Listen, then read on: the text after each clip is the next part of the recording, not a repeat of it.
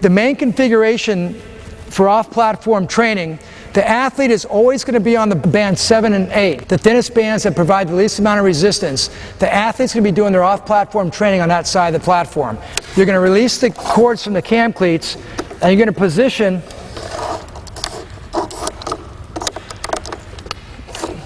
both of the sliding pulleys on the front long rail. And then when you get them in position, you're going to pull it, like I said before, you're going to pull the cords until you feel them start getting tight. You're going to pull about another 4 inches and lock down. Same thing with this backside. You're going to pull until you start feeling it get tight, pull another 4 and lock down. If there's a slight difference in resistance of a couple ounces, athlete's not going to feel it. Now, the backside cords connect to the hips, okay? That's what's going to provide our drive phase load. The near side cords are going to attach to the feet. They're going to provide the swing phase load. So what you're going to do is you're going to move both cords to the center of the back rail. Now, these you do not connect, you do not pull these all the way until they come into the pulleys. In this particular case, what you do, you just drop down to one knee like I am here, you release the cord, you pull it about eye level and you lock it. And then you lay it down here. Same thing with this other cord. We're going to release it so you can move the pulley system. Put it in the center of the platform. And then we're basically going to go head high, lock it down. Now what happens when I connect, I've got a good load on the cord, but I didn't waste stretch by having them tight at the other end. So before I do off-platform training, what I typically like to do is have a start cone. This is where the athlete's going to begin their motion. And I'll tell you why we do that in a second. The next thing I have is a little bit of a warning cone. And then what you're going to do is you're going to back up to the machine and take about 10 to 12 paces.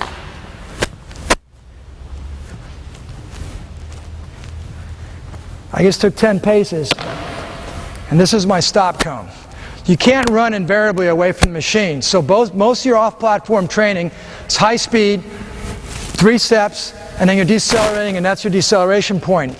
If you're doing a drill like for soccer, for instance, sometimes the athletes will come out and they'll stop, and then they'll do kind of a defensive back pedal, which is what you do in soccer. And what happens is, I would be doing that the other way, when they're doing that backwards move and they see this cone come into view, they know they've got to decelerate and stop. You want the athlete to be aware of where the machine is when they're coming back, if they're not looking at it, okay?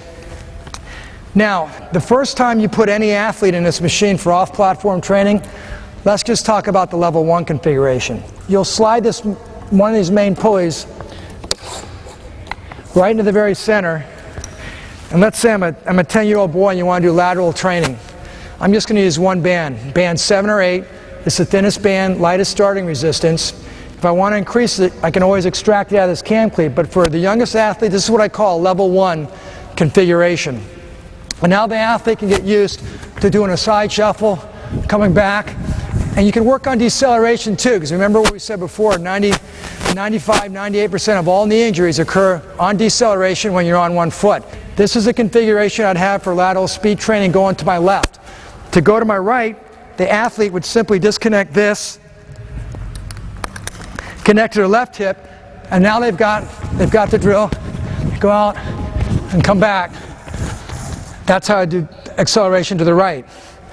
Now, if the athlete was training for a 3-point start in the level 1 configuration, they would hook up to the very back of the belt, okay, and get down to a 3-point start, and then come out of that and decelerate. And one thing I'm going to talk about, whenever you do acceleration drills on this platform, the athlete, no matter what athlete you put on this, you got Joey on a system, he's a young athlete, you tell him to get down for his first start, he gets down, Joey's going to try to take off at 100% again. Remember what I said about jump training? You tell Joey, you take off at 50%, you work on technique, get used to the load. After 1 or 2 sessions, you can start ramping them up in terms of their effort level. But their effort level should not be above 50 or 60%. The other thing little Joey's going to do, let's say I get down I got my left leg forward, and I come out, and Joey does his start, and then he comes back, and you tell him to do a second rep. Little Joey's going to put his left foot out there again, and his right hand down. You don't want to let him do that. You say, Joey, stick your right leg out. You switch the starting feet. Which foot's forward? You want to switch that up. Because in sports, if you're playing soccer or basketball, I don't have the option when I want to accelerate or decelerate which foot I want out in front of me, right? If I try to exercise that option, I'm going to be late. When someone makes a move and I don't want to plant my right foot, I want to wait till I plant my left foot, the athlete's gone. So you want to make sure that every time the athlete starts that they rotate which foot is forward, and the athlete's not going to know which hand to even put down. If left foot forward, right hand down, you tell little Joey to put his right leg forward, he's going to not know what to do with his other hand typically most of the time. But what you're going to find out, once they start alternating every single rep, sometimes in the first workout, sometimes by the second workout, they're going to forget which foot they had down last. They're going to become ambidextrous very quickly, and that's what you want. You want equal development of power in that drive phase for both legs. Last thing in the world you want is the athlete to take off with the same leg forward every time. Now, that would be a level 1. That would be a level 1 configuration. Now, let's say the athlete has handled that fairly well now. You could switch to the 5/16 chords, bands 5 or 6. That's a way to increase the resistance without extracting the bands 7 and 8 through the cam cleat. The next level you would go up for a young athlete is you use the hip flexors.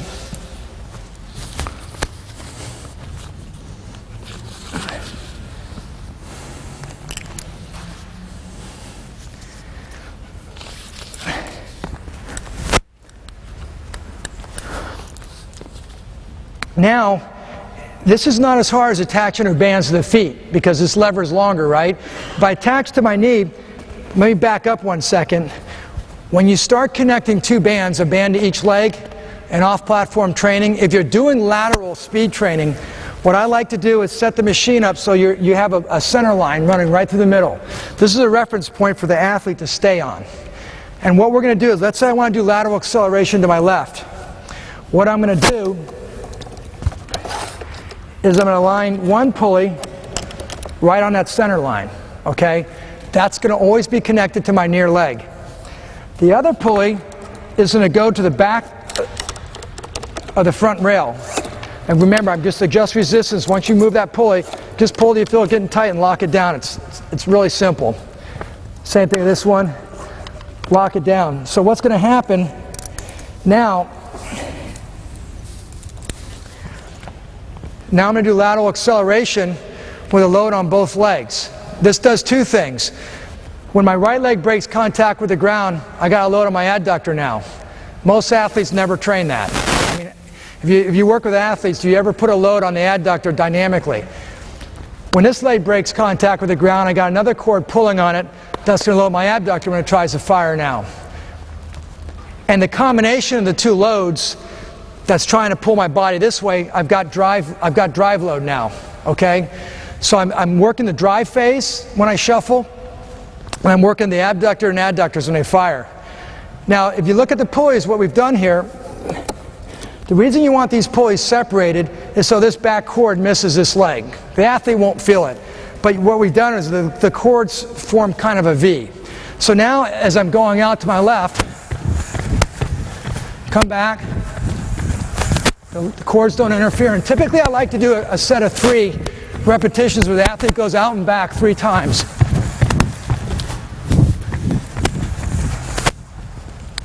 Then what we'll do is we'll turn around. When you turn around to do the other direction, and you may do 2 or 3 sets of 3 repetitions like I just did in one direction. When you turn around,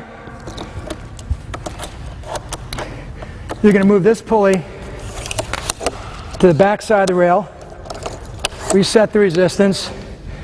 This pulley is going to come to the front side, reset. Now the near side leg always gets the pulley that's right in line with your body. The leg that's further away is going to get this pulley. So now the athlete, again, this is our level 2 configuration. It's one thing you want to watch for. I see it on videos on YouTube all the time. people won't set this resistance right. What happens is you want to look for this. You don't want the athlete starting in the cord slack like that. So remember, when we initiate an explosive movement, we want a useful load. The instant your muscles start contracting. If you're doing this, I've got nothing on that initial movement. Same thing with the adductor here, I got nothing.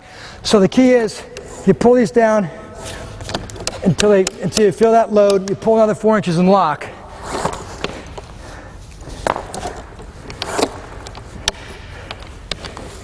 And that's part of the reason why we have a start cone too, because the athlete knows they got to go out to that. And even if you were a little loose, it takes all the slack out. Something else I like to do when an athlete does this, rather than telling them to just go out in the space and go after that cone, throw them a ball. Bounce a ball, a tennis ball, anything to have them go after that. Even if you shadow them with a basketball, just have them go like this and shadow them, touch, go back, and like I said, sets of 3. I find that works pretty good.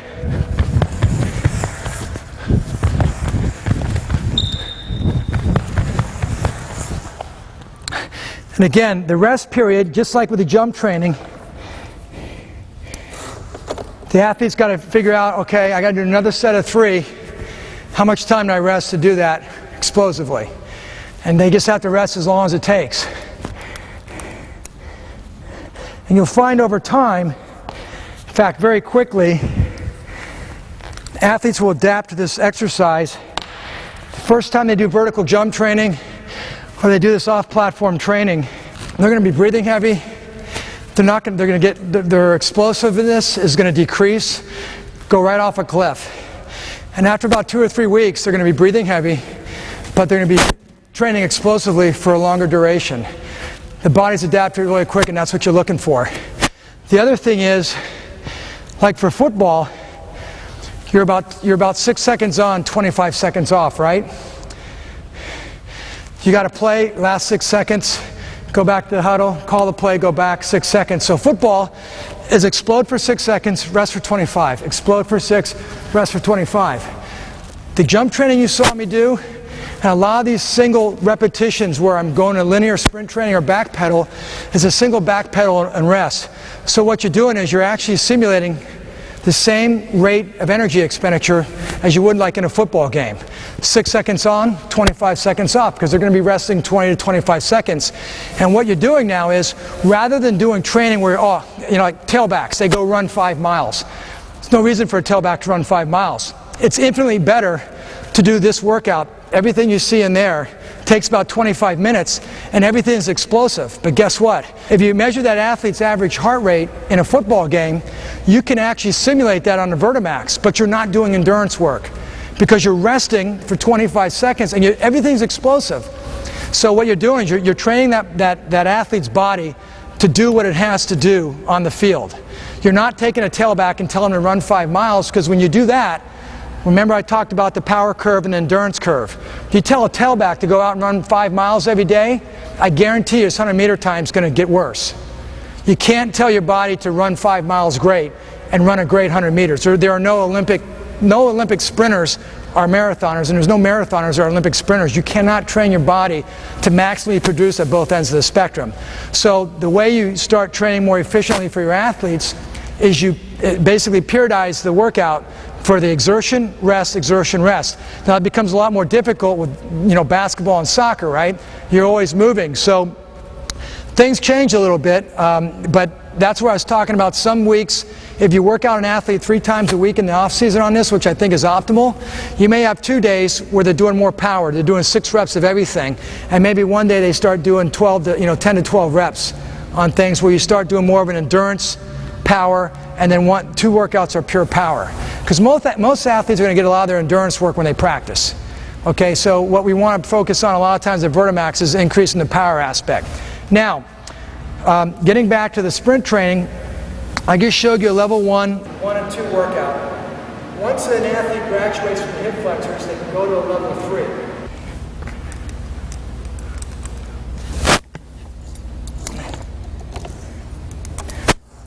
This is going to be a level 3 now. I've got the loads attached to my feet. This is significantly harder than attaching the resistance bands to my knees with a hip flexor, because I have a longer lever now. if I got 2 pounds here and 2 pounds here, the 2 pounds here is going to put twice as much load on my adductor as 2 pounds applied to my knee, just because of the length of the lever. So now, and you'll see when an athlete tries to do a shuffle in this drill, there's no comparison with trying to tie elastic band between the ankles. The other thing you might want to note when you're training athletes on this system, you can see I've used the ankle straps to connect these bands. I actually like to connect them right to my feet. In other words, I'll just connect them to the shoelaces.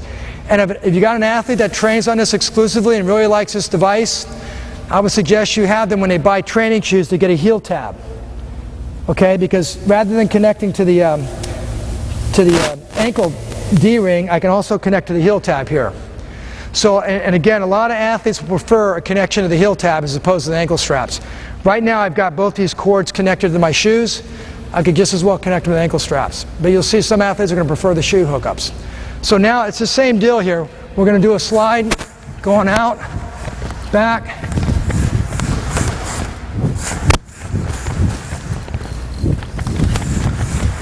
Again, 3 repetitions on this is pretty good before an athlete's got to stop and rest. Now, to go to the other side, like I said before, we're going to shift this pulley to the center, move the other pulley to the back side of the rail, connect to the near side foot, the pulley that's aligned with it, the far side foot gets the pulley on the end of the rail, and I can hook up 1 or 2 bands for this. Bigger athletes are going to want 2 bands. First time an athlete does this, obviously you're only going to use 1 band.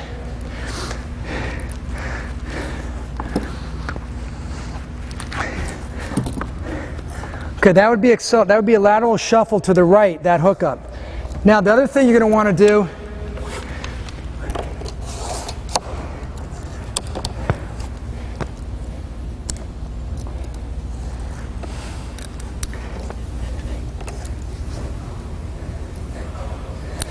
this is a level 3 configuration again.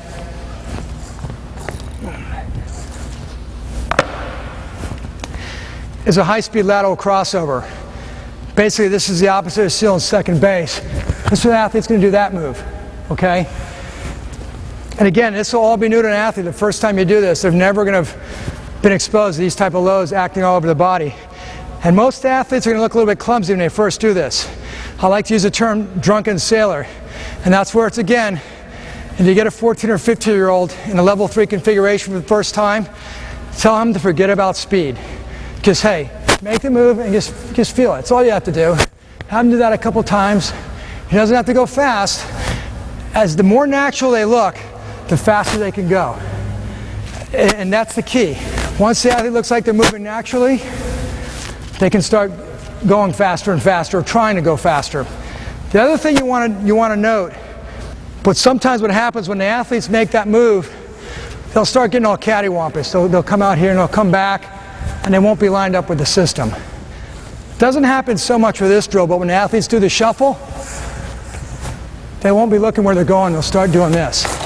See how I just cross over the cords? So an athlete, specifically when they do a shuffle, you want them to stay lined up on this line. When they get good at it, they're not going to even think about it. And again, remember, what you got to watch for is when they come back, drifting forward is not so bad because the cords won't interfere with your feet. But a lot of the athletes, when they come back, they'll drift backwards. And of course now, these angles are no good anymore. This cord starts interfering with my near side foot. So you want them to stay on that.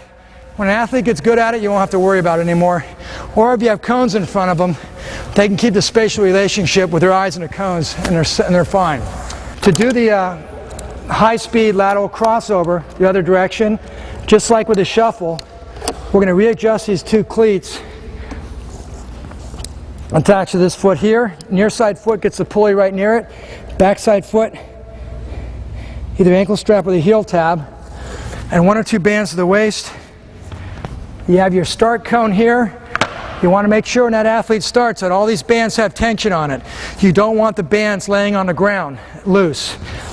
And again, you're going to want to stress that athlete when they do a high-speed lateral crossover, make this step, they're not going to be used to a load being applied to this leg when they do that. So what's going to happen is typically when the athlete makes that move, that step's going to be short. You're going to see the athlete doing that. And what you want to tell the athlete before he even does it, hey, your crossover leg's going to be restricted. Try to elongate that stride. And even if he does that, it's still going to land short. But you want him to do that so it's not way short. So I kind of have them reach when they do that first move. And you saw there I just took 2 steps. When you start out with a new athlete, it's best to just take 2 steps and decelerate. Don't have them take 3. When they get stronger and they can run farther, they can take a 3rd step.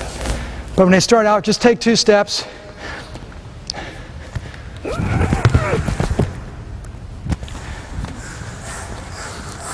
Now for linear speed training,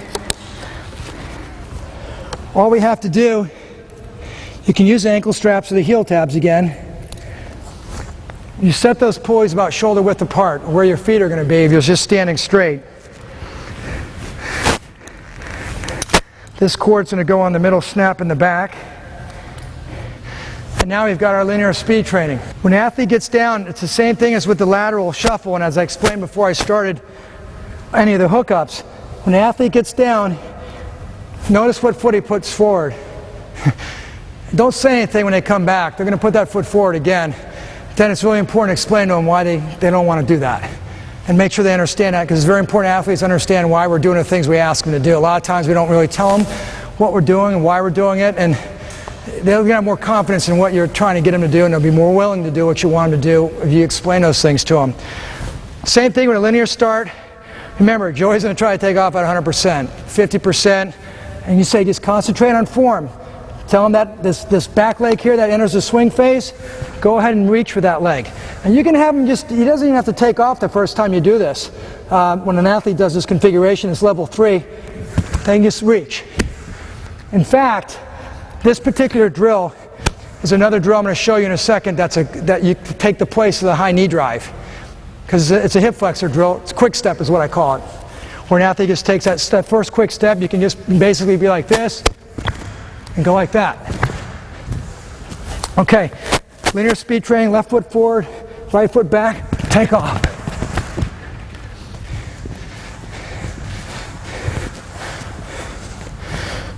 Now that time my feet were a little bit choppy. I'm going to try to mentally go ahead and elongate my strides again this time. It's difficult to do, but the athlete will adapt to it fairly quickly. And one of the very satisfying things for you is you're going to notice in a very short time period, the athlete's going to adapt, again, looking like they're running with no resistance at all. And once that happens, you know a major adaptation has occurred. For the linear speed training, what I'd like to do is 5 to 7 starts, left leg forward, 5 to 7 starts, right leg forward. So you're doing anywhere from 10 to 14 starts for linear acceleration. And again, what I'd like to do, start first, left leg forward, you go out 2 or 3 steps, come back, then you go down, you alternate immediately, right leg forward, and take off. 2 or 3 steps, come back. Like I said, you're going to end up doing 5 to 7 starts, each leg forward, which end up being 10 to 14 starts. And then you're done with linear speed training. The other things that's in that manual too that you can look at is the, again, it's a back pedal drill, which is one of my favorites. For this, I'll just take the belt. I'll either spin it all the way around or just hook it to one of the pads here. It's the same thing with the sprint training. What I like to do with athletes, if they're doing a back pedal drill, I'm going to look at them, let them tell you which foot they like back. Because they're going to do this, they're going to put one foot back, and you can go, this is one way to do it, where you just go straight back and you just have them back pedal, but I like to make them switch up because they're not going to be used to that. And again, you want them to try to overstride coming back because their strides are going to be short, okay? So you want them to recognize that and try to extend them a little bit. The other thing you can do is you can have them open up where they're backing up. Because that move right there, you can have them repeat that too. If a receiver breaks on you, you got to make that move. Again, there's no way you're going to load the muscles that way in a gym and take that step and go.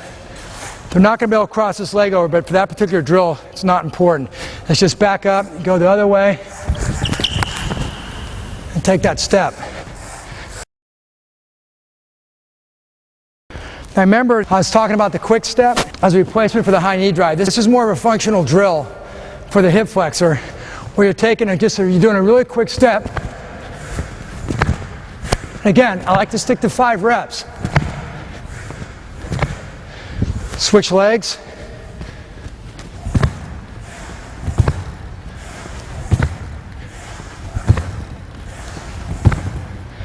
And once you do one set, 5 reps each leg, I like to do the second set where you do that slight lateral motion now, where you're kind of coming out.